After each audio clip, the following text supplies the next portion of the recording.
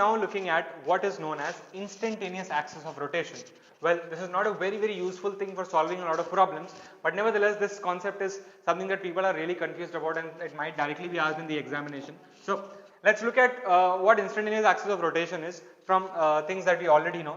This is your rolling motion, right? Let's look at rolling motion. This is V.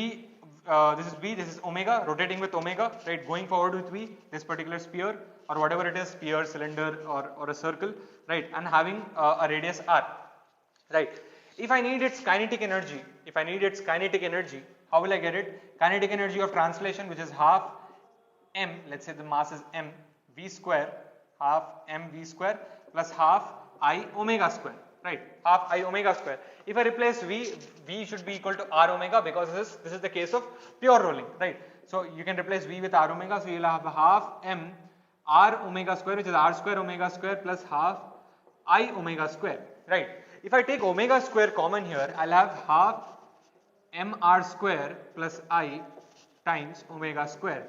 If you look at this mr square plus I expression, it is nothing but the moment of inertia of this particular body about the axis which is passing through this particular point, right. So if you look at this, if I use parallel axis theorem, moment of inertia about this, let's say this is I dash, this will be my I dash, right.